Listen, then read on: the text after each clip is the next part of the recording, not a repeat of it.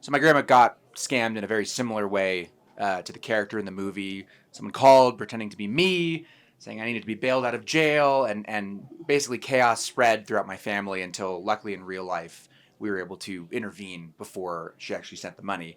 But that incident definitely got my wheels turning, and I think it was just very surprising to see her tricked in that way because she's just been, one of the sturdiest figures in my life and just sort of always the sharpest. Even well into her 90s was just has always been sort of sharp as a tack. So I think it threw me for a loop, but it got my wheels turning, and I started imagining what might have happened if she had actually sent it.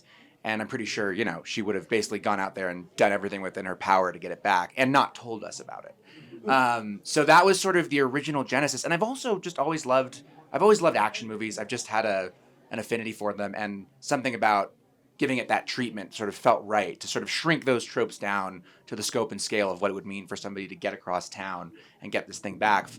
It just sort of somehow in my head those two things made sense together, and I sort of ran with that. Yeah, I loved the script when I read it, and I liked the character a lot, and I wanted to do it right away. I felt it was something I should do. Well, I think her strength, and as I'm nearing that age myself, I am the age of Thelma in the film, and it was just how great to show a strong woman doing this. And I've always kind of been a feminist, and I've always done a lot of things that they've said women should not do or girls should not do. So it talked to me.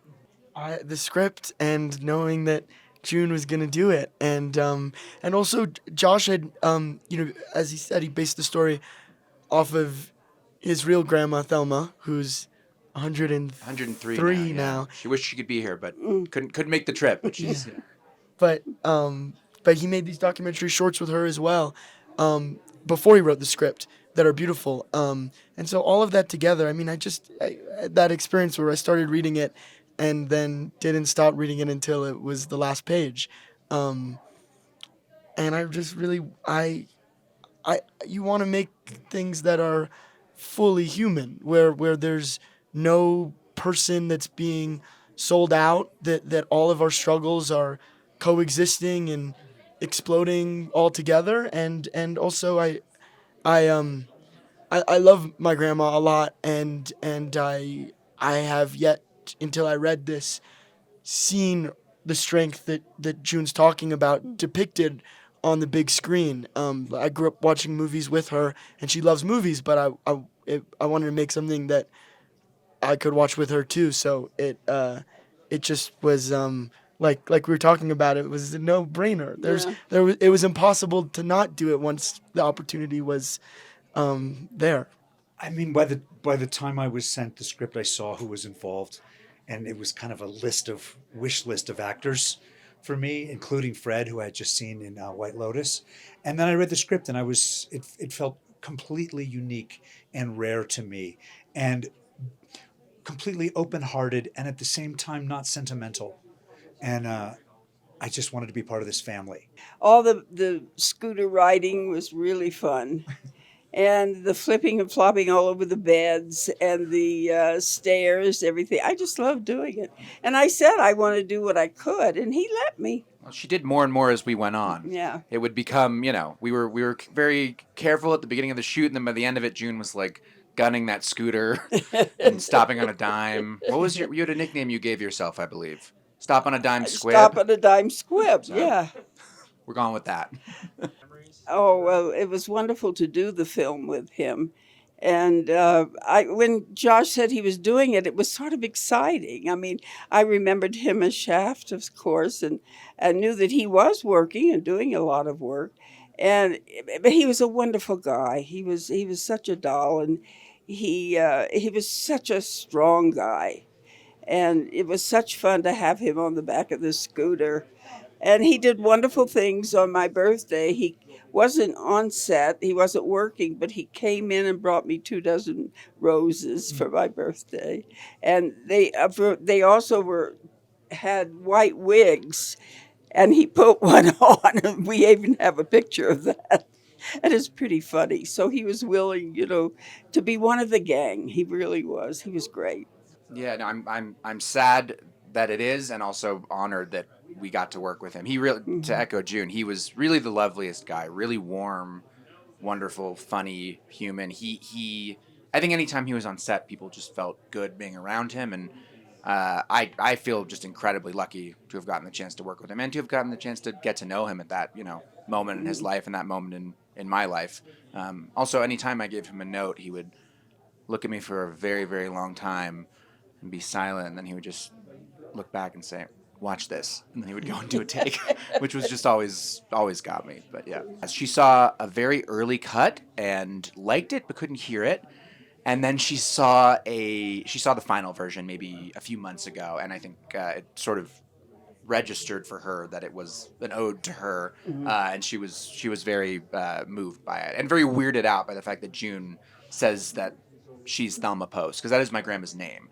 So that was one part that sort of haunted her. But other than that, she loves it, which was very sweet.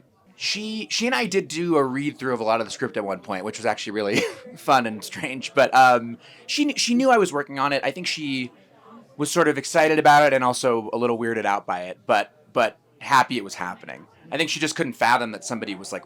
She felt like I was like, of course it's about you. You're this incredibly important person in my life, this like huge figure in my life. But I think for her took her a minute to get comfortable with the idea that someone was, writing a movie about her, even if it's her own grandson. I hope people will take away not to count people out, not to count out people who you might assume aren't as capable as they may be. And also, I think that sometimes even if you can hold on to your autonomy and still accept help, which I think is sometimes a hard balance to strike at any age, honestly. Just the feeling of how capable am I, how dependent on others am I. I think every character in the movie is kind of going through that in a different moment in life. So I hope there's something to be gleaned in searching for that balance. I think that to love someone, it's a process, and it requires trust, and also you have to really like see somebody to do it, and that isn't always an immediate thing, or it moves in a way. And I feel I feel that Thelma really sees Daniel in a way because she really spends time with him, and spending time with people is love. It's like that's the way that we can express love. There's an acronym that love. I'm going to go right off that segue. Love stands for let others voluntarily evolve. And I feel like as the helicopter parent who kind of can't trust that things are going to work out for his son and that he's going to figure it out, I felt that very present. I love the parallel storylines of two people trying to figure out how to feel useful and independent. But I also, in watching there's such a great thing about the festival, and that you come here and you see it in front of a film-loving audience who come in like really hoping to love it.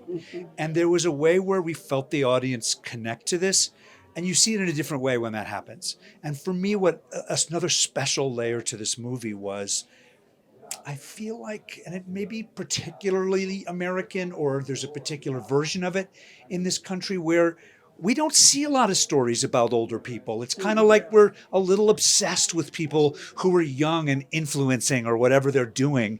And I think we deprive ourselves of a lot of wisdom and a lot, because we're all going there. And I think there's a form of like, we don't want to see it because we don't want to think that might happen to us at some point, which is really depriving us of some deep wisdom, both from them and for ourselves. But I also think there's a wonderful meta element to it, in that in this film, you see someone who you would consider a very much a senior kicking ass, taking names, superheroing, and kind of proving the point in the film. It's called Eleanor Invisible, and it is a wonderful script again.